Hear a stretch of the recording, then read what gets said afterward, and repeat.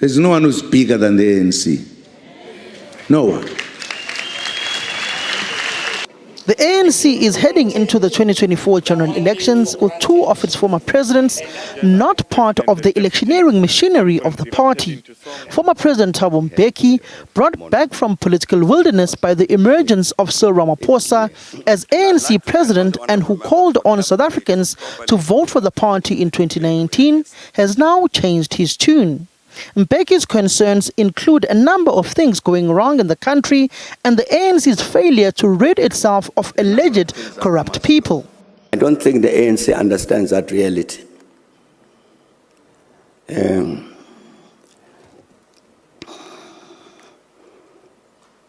It is true that you have got many greedy people, many corrupt people. If I ask the question,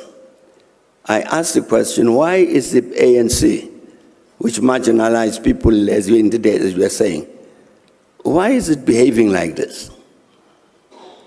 I say to the ANC comrades that when you say I must go campaigning next year, to say to people, vote ANC. How am I going to do that? To say vote ANC, when I know very well that the branch of the ANC in this constituency is led by a criminal.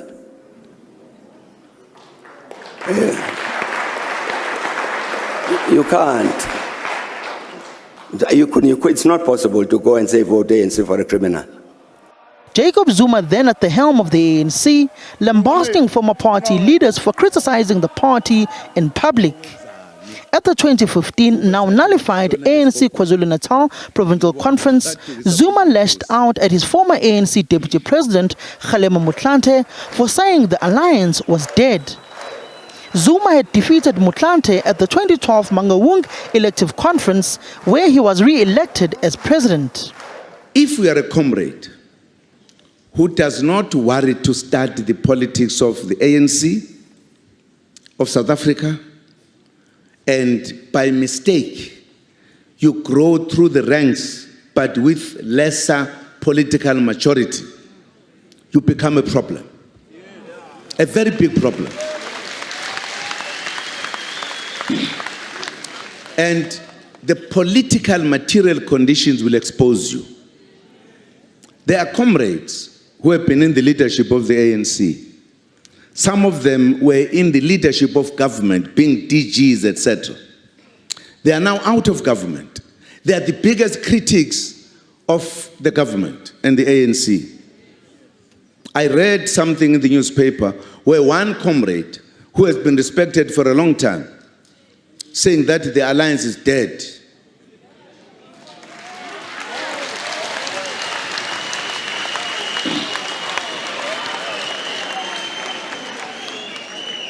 People are exposing themselves that they are politically bankrupt. They are now sitting at home. They are now sitting at home, lonely. They left the ANC on their own. They were not chased out. They thought it is nice out there. It's cold out there. They now are beginning to throw stones in the ANC. Criticize the party, criticize COSATU, criticize the ANC. Zuma went further to say if former leaders said the alliance was dead, they must also shoulder the blame. And these comrades were part of the leadership. Some of them were Secretary General. Some of them. You can only say if the ANC is weak, they weakened it when they were the leadership of the ANC. Why now they have wisdom and everything when they are sitting out there? When they were here, we did not see that wisdom. Others are pastors. They must go and preach in the church and leave politics. If abazazi politics. We are not going to keep quiet forever. The ANC's unwritten rule, when your term ends, don't criticize those who are elected. In fact, because if we're out of the ANC, for whatever reasons, keep quiet.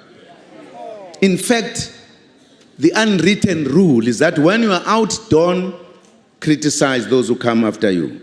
Because those who come after you should not criticize who you were in front. It's a simple ABCD kind of politics. And these people who are leaders don't understand it. Alliance is dead. Yes.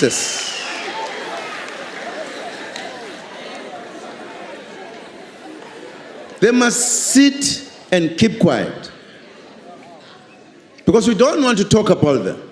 Because to us, they're important, they were given important positions. How they perform is not our story. But Zuma broke the ANC's unwritten rule, criticizing the ANC leadership after the 2017 and 2012 NASREC conferences. Now the former ANC president has taken his dissatisfaction with the party's leadership a step further by actively campaigning against the party.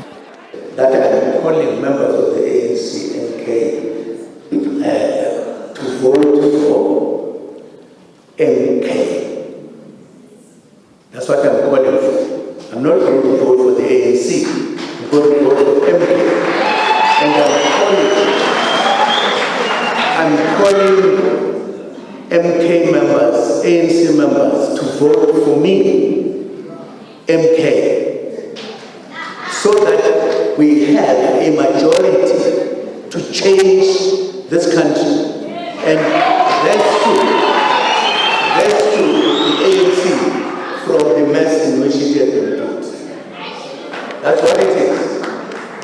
Clear. It's as clear as anything. Zuma, however, says he is not leaving the African National Congress and he will remain a member but just won't vote for the party he has led since the 1991 Durban-Westville Conference as Deputy Secretary General to Ramaphosa's Secretary General position. I have said I'm going to vote MK. That is enough for you to know whether I will be approached, whether I will agree.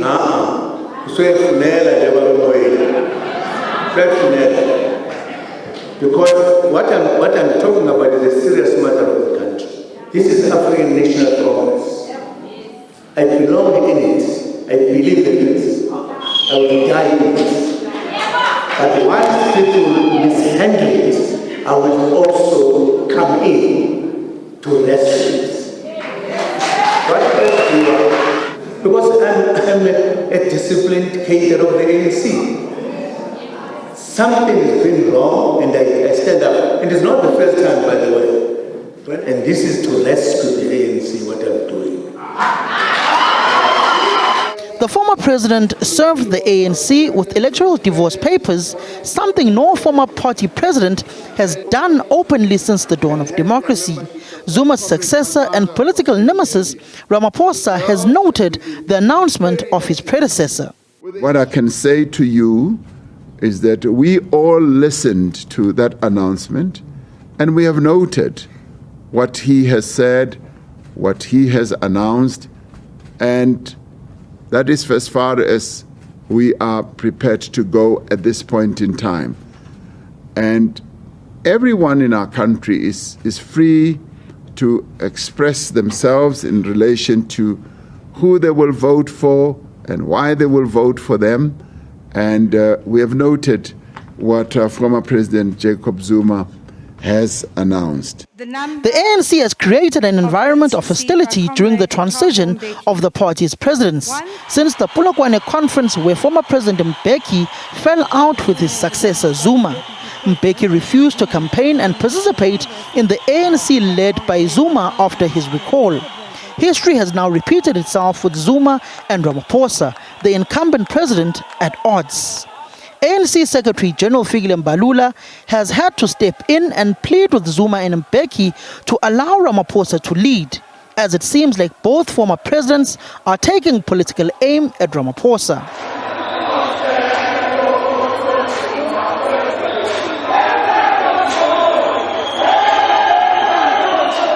Why to stand up and say, ANC, lokhuya, and you think you are a cadre? Why funda pole politics? Abanye babo nkosi yami ngabafundisa politics. How kushuthi ngabhimba? All what we are saying to former leaders of the ANC, give Ramaphosa a space to lead. You were leaders before. You know the unwritten law of the ANC conventions. You don't criticize the person of which yourself you have been a leader before. We take the weaknesses of Nelson Mandela as the former president and his strength into the administration of Mbeki. We do the same with Jacob Zuma. And with Ramaphosa now, we'll continue to do the same. It's a relay. So all we're asking is a matter of principle. Give this comrade the same respect that we accorded you. Every day, ANC leaders are overshadowing the president of the ANC. Because Ramaphosa is a nice person. He wouldn't go into the mud and do all of these particular things. But we are pleading with them that give him a chance. It's his time now. He had to contend with a number of things. At the helm of the leadership of the ANC, he had to deal with COVID-19 at the time of his presidency. He had to deal with July riots at the time of his presidency. He had to deal with state capture and corruption. Ramaphosa is hated even within our ranks by people who think that he is steadfast in the fight against corruption. He had to deal with all of those things in his presidency. He had to deal with state capture that has ravaged, undermined even law enforcement agencies. Through our resolutions and our renewal path, he needs all the support to lead the ANC decisively going forward. So we are not at war with everybody, but there are people who call themselves veterans of the ANC, who by day are leaders. They've got track record. By night, they sit with counter-revolution on the table and plot the downfall of the revolution. Are you referring to former President Mbeki and former President Zuma in undermining Ramaphosa? I'm referring to everybody. I'm referring to anybody. I don't want to mention names because I'm sick and tired of clarifying myself week in and week out. I'm referring to anyone who was a leader of the ANC. Give Matamela a chance to lead. It's his time now. Ramaphosa, his time will come to an end too. He must respect the leaders who are coming. That's all what we are saying. We are leadership. If they want to address the NEC about their criticisms, I can give them a platform there anytime. Some of them are ex officio. Anytime they are welcome in the NEC. But it is time wasting to sugarcoat things. When the ANC is suffering blows, not from external, but from internal, and serious blows.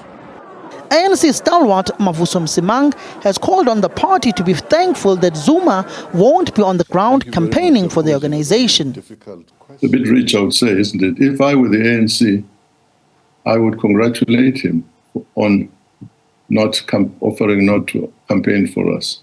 This is precisely what we are talking about since you brought me onto this platform.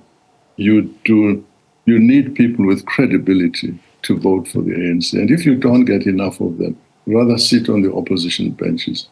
Mr. Zuma, many years ago, more than 10, was said to have been corrupted by a person who was sentenced to 3 terms, 15-year terms of imprisonment, Shabir Sheikh. Shabir Sheikh is put in jail that long because he's alleged to have corrupted Zuma. Zuma reacts very predictably, admirably, says, wow, this thing, I was not in court. I will seek my day in court and make sure that I prove this wrong. As everybody knows in South Africa, he has spent every one of those last 10, 12 years trying to avoid going to court. So I think I don't know about the technicalities. Anybody who talks like him should be expelled anyway.